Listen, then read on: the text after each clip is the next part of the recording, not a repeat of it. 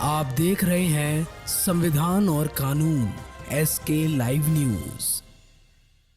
सर्वमंगल मांगल्य शिवे सर्वाद साधके शरण्ये त्र्यंबके गौरी नारायणी नमस्तस्ये। भक्तों के सारे पापों को जला देने वाली और आदिशक्ति मां दुर्गा की 9 शक्तियों की 8वीं स्वरूपा महागौरी की पूजा नवरात्र की अष्टमी तिथि को किया जाता है। पौराणिक कथा अनुसार महागौरी ने अपने पूर्व जन्म में भगवान शिव के पति रूप से प्राप्त करने के लिए कठोर तपस्या की थी, जिसके कारण इनके शरीर का रंग एकदम काला पड़ गया था।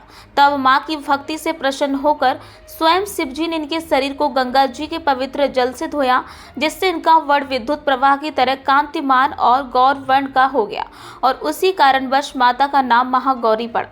माता महागौरी की आयु 8 वर्ष मानी गई है। इनकी 4 भुजाएं हैं, जिनमें एक हाथ में त्रिशूल, दूसरे हाथ में अभय मुद्रा है, तीसरे हाथ में डमरू सुशोभित है और चौथे हाथ में वर मुद्रा है। इनका वाहन वृष है। नवरात्र की अष्टमी तिथि को मां महागौरी की पूजा का बड़ा महत्व बताते हैं और मान्यता ये है कि भक्ति और श्रद्धा पूर्वक माता की पूजा करने से भक्त के घर में सुख शांति बनी रहती है और उसकी यहाँ माता अन्नपूर्णा स्वयं होती हैं, अन्नपूर्णा स्वरूप होती हैं। इस दिन माता की पूजा में कन्या पूजन और उनके सम्मान का विधान है। नवरात्र शक्ति आराधना तथा आदिशक्ति मां जगदम्बा की परम कृपा से प्राप्त करने का विशिष्ट काल है।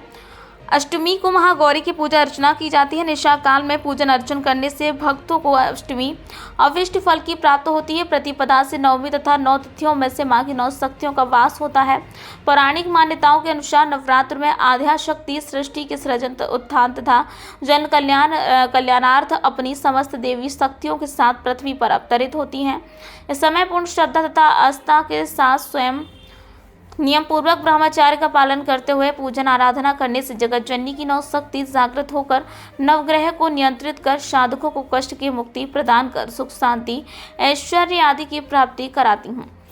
नवरात्र के 8वें दिन शक्ति स्वरूपा महागौरी के साथ शिव की पूजा आराधना करने से भक्तों को सिद्धि की प्राप्ति होती है।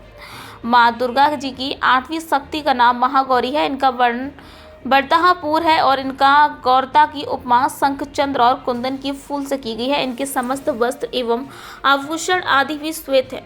भगवती महागौरी बैल के पीठ पर विराजमान है। इनकी 4 भुजाएं हैं। इनके ऊपर के दाहिने हाथ में अभय मुद्रा और नीचे के दाहिने हाथ में त्रिशूल है। ऊपर वाले बाएं हाथ में डमरू और नीचे के बाएं हाथ में वर मुद्रा है। इनकी मुद्रा अत्यंत शांत एवं दुर्गा पूजा के 8वें दिन महागौरी की उपासना का विधान है। इनकी शक्ति अमोघ और अत्यंत फलदायिनी है। इनकी उपासना से पूर्व संचिप्त पाप भी विनष्ट हो जाते हैं। उपासक सभी प्रकार से पवित्र और अक्षय पुण्यों का अधिकार हो जाता है। नवरात्र के 8वें दिन महागौरी की पूजा अर्चना सुख शांति के लिए की जाती है। धन, ऐश्वर्य और सांसारिक ताप का हरण करने से मां भक्तों के लिए अन्नपूर्णा स्वरूप है। इनकी उपासना भक्तों के लिए सर्वाधिक कल्याणकारी है, जो कि स्त्री महागौरी की पूजा भक्ति भाव के साथ करती है। उनकी सुहाग की स्वयं रक्षा देवी करती हैं। पुरुष मां की महागौरी स्वरूप की पूजा करते हैं। उनका जीवन सुखमय होता है। 8वें दिन मां विंध्यवासिनी महागौरी के स्वरूप में दर्शन देकर भक्तों के कष्टों का हरण कर लेती हैं। भक्तों के परम शांति व आनंद की प्राप्ति माता के दर्शन पूजन से होती है। दरबार में आने वाले भक्त मां से जिस भी मनोकामना की अभिलाषा करते हैं वह सभी पूरी होती हैं। किसी को खाली हाथ नहीं जाने देती है। महाराज जी, क्या नाम है आपका? जी पंडित विनय महाराज। मुझे बताइए कि आज नवरात्र का 8वां दिन है। 8वां दिन किस रूप में माँ की पूजा की जाती है? क्या विधि है पूजा? देखिए, आज जो पूजन का विधान है, जो भक्त जन माँ के नवरात्रि में प्रथम दिन और अंतिम दिन व्रत रहते हैं, वो भी आज अष्टमी के दिन व्रत करेंगे। और साथ में आज माँ गौरी का दिन है। आज दिन माँ का महागौरी के रूप में पूजन किया जाता है। माँ गौरी पार्वती जी का ही स्वरूप है। माता पार्वती जी 8 वर्ष की अवस्था में तपस्या कर रही थी, तभी से उन्हें महागौरी के रूप में लोग जानते हैं। महागौरी का पूजन का जो विधान है, आज दिन भक्तों को माँ का महागौरी के रूप में ध्यान करना चाहिए और माँ से अपनी मन इच्छा कहनी चाहिए। माँ कृपा से इच्छाएं पूर्ण होती हैं। माँ को आज दिन भोग में छेने का मिठाई और फल में अंगूर का भोग लगाना चाहिए। भक्तजन क्या करे जैसे कल्याण हो माँ के दरबार में? आज दिन माँ की विशेष कृपा प्राप्ति है तो भक्तजन दीप का दान करें एवं माँ के चरणों में, जिनका विवाह नहीं हो रहा, विवाह बाधाएं हैं, ऐसे भक्तजन माँ के चरणों में हरिद्रा और कुमकुम और साथ में इत्र माँ के चरणों में अर्पण करें। हर व्यक्ति के घर के आसपास शिव जी का मंदिर होता है, और वहाँ पार्वती जी बैठी रहती हैं। अर्थात जो आज का दिन है माँ पार्वती जी के पूजन का विशेष फल है।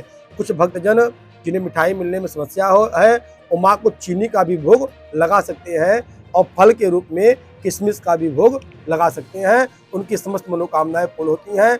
जो जगदम्बा कृपा से अपने घर में सुख समृद्धि चाहते हो और माँ के इस मंत्र का सर्वमंगल मंगल्ये शिवे सर्वार्थ साधिके शरण्य त्र्यंबिके गौरी नारायणी नमोस्तुते, इस मंत्र का जाप करें।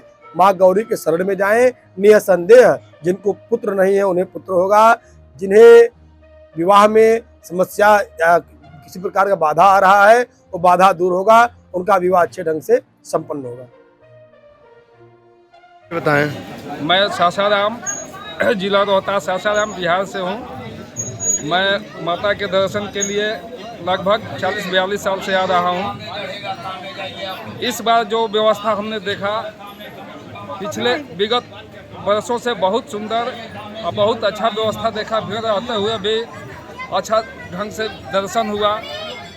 सब व्यवस्था गंगा जी से लेके गंगा जी के तट पर घाट से लेके हर जगह व्यवस्था बहुत सुदृढ़ रहा। माँ का बहुत कृपा है, माँ का बहुत कृपा है, माँ बहुत कृपा बरसाती है, इसलिए हम लोग को माँ के पास आ जाते हैं। माँ जो भी माँ के शरण में आता है उसका मनसा पूर्ण हो जाता है। प्रेम से बोलिए माँ विंध्यवासिनी माई की जय। खबरों के लेटेस्ट अपडेट के लिए इसी तरह हमारे साथ जुड़े रहें और इस वीडियो को ज्यादा से ज्यादा शेयर करें।